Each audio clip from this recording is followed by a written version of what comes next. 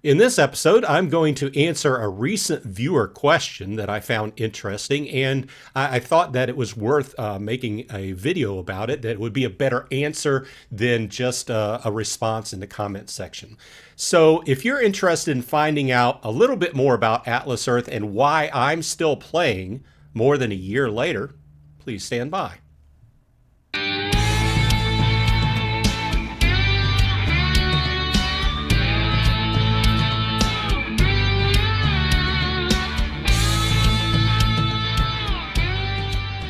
Hey, all you Atlas Earthlings, welcome back. Once again, this is Bronze Dragon saying thanks for dropping by. As always, I appreciate the time you spend with me. Please leave a like on the video if you like this kind of content, and consider subscribing if you're not already. I appreciate it. Okay, this video is dedicated to a user who left a comment recently on one of my videos, and we'll jump in and look at the exact comment. But it got me to thinking, and instead of just leaving a brief little statement answer in the comment section, I thought it was worth going ahead and delving in. So let's take a look. Okay, MoldVDM says or asks, is the charm or pull to this game the idea of a game paying you to play? That is misleading. Would take a large investment for diminishing returns. I'll argue that point. I would like to know what the appeal to this game is. Does it have great mini games? I want to know what I'm missing. And then after I replied, he goes on to say, I still have the app on my phone. I know I will never make money doing this. That's not the point. It was like I was here kind of thing, you know, like buying parcels. I was here, kind of like putting your initials on a tree or something like that. I've bought plots in the hospital rooms my sick mother has been in. I only have 4 plots now, 2 rare and 2 legendary and 1 common. Well, that's 5 plots, but beside the point, that's great drawing odds as far as your rarities go. I played a golf minigame, but the game only lasted a limited time. 95% of the times I'm on, I can't access any games. Walking only provides diamonds. Not really much going on there. When you could do so much with a Pokemon Go style map. I realize they don't want to be a clone of the game. I just think I'm missing something here. I have people around me with 10,000 plots. Okay, so let's break this down a little bit, okay? First of all, just in a brief statement, let's just say what this game is, okay? And along the way, I will answer, what he's wanting out of me, why I play it or what I get out of it, okay? So was the allure that you can make money off of a game? Sure, that's probably the biggest item that drew me in.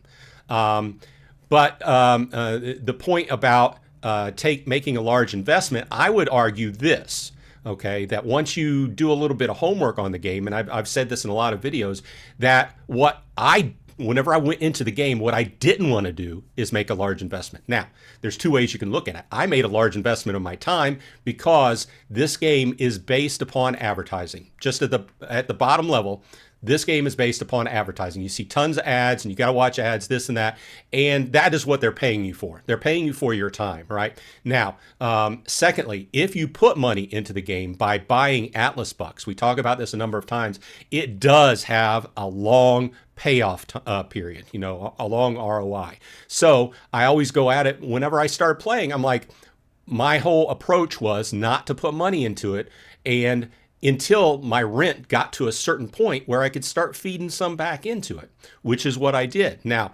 to answer you further, it does take quite a while to kind of get into the game and get things up and rolling, because over time, it kind of has a snowball effect. The more you build up, the more your rent goes up.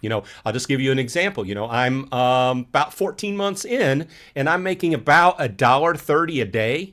And you can extrapolate that out just to see. It just takes time, consistent effort, and everybody's going to play different. But to go into a little bit more detail, okay, what you're talking about is the mini games, and they do have a number of mini games on a weekly basis that you can play, and if you place high enough on the leaderboard, you can earn Atlas bucks. However, there's a number of other different things you can do within the game. You can play games in the Atlas Arcade, which are standard games that you're going to download out of the App Store. And at certain milestones along the way, you earn different amounts of Atlas bucks. It's different with Android and Apple, but it's something like reach level 10 in this game, and you get 10 Atlas bucks or something like that, So there's that. Okay. There's also the AMP program, which I use a lot over time, where it has different sandwich shops and stuff like that around you, where if you go to that sandwich shop and use your credit card, then you can earn Atlas bucks doing that. There is the travel program, where if you're going to go buy tickets to a movie or go out to a park or go to a hotel, you can earn Atlas bucks that way. There's the surveys. You can take surveys, and if you're into surveys, you can earn Atlas bucks that way. And I'm probably missing a few, but the whole point is that it's a whole platform, okay?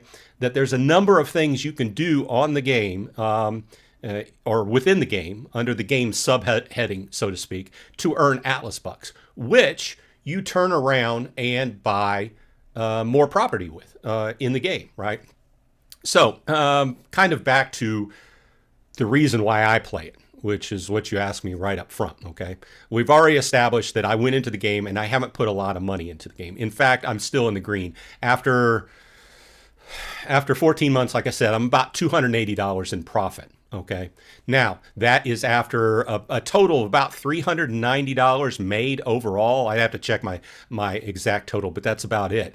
And the rest has been fed back into the game with one of the subscriptions, the monthly Challenge Ladder subscription, which I do, and I get great value out of it because it helps me ramp up my property faster, because I do the challenges on a monthly basis, and a few along the way rent to Atlas buck conversions for the Challenge Ladder.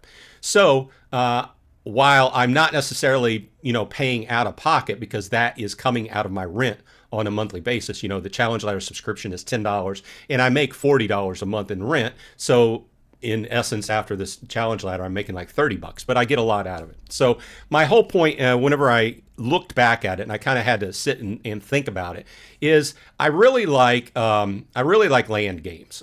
In the past, these type of games, and we've played them all, where you grab land and you do different things on it.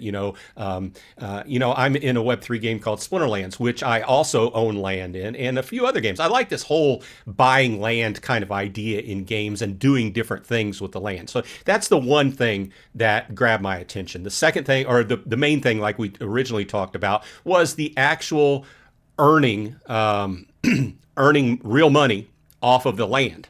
And once I got in and tested everything, I found that this was one of the easiest games I've ever made money in to actually get the money out. Especially my history in Web3 games, there's kind of a lot of hoops you have to jump through to get your money out of the game.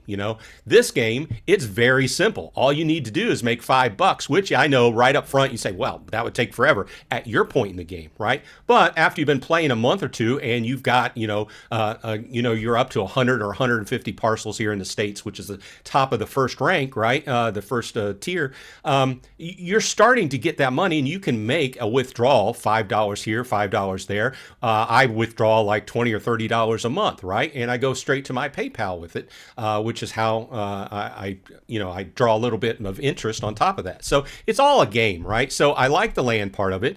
I'm a big fan. I'm a card game player. I love the idea of turning over parcels and getting different rarities, right? I commented at the top of the show that even though you only have a few parcels, you've got great rarity disbursement. So you're only supposed to have like a 5% chance of getting a legendary parcel when you turn it over, and you've already got two. Okay. So I like that. It's kind of the random card pull type idea. So there's a number of things I like about this game. But at the base of it, it's all about marketing. So I'm not under any illusions or delusions. And some people would say, oh, it's a scam because if you put money into the game, it has such a long payoff period. I would say that's not really a scam. I would say that you just need to do your homework before you put money into the game. Before you put money into anything, do your homework, right? So there's a number of different reasons I just laid out, like what I like to play the game for, and that I'm still playing more than a year later. Another big reason is I love the community. The community is great. I have a weekly live stream, and we all associate on the Discord, ask questions, talk. It's largely been a very good community to get along with compared to some other games I've been in. And I also think that I really enjoy the strategy behind the game. I think that it's tough to actually call Atlas Earth a game in and of itself without talking about the strategy in what I consider the end game. Okay. The end game is as you start accumulating more parcels, you want to take over mayorships, governorships, presidentships, prime ministerships, whatever. That means having the most parcels in a particular area. And once you do that, you start getting more Atlas bucks whenever somebody buys a badge in your area. Okay. So that's what I consider the strategy part of the game. Okay.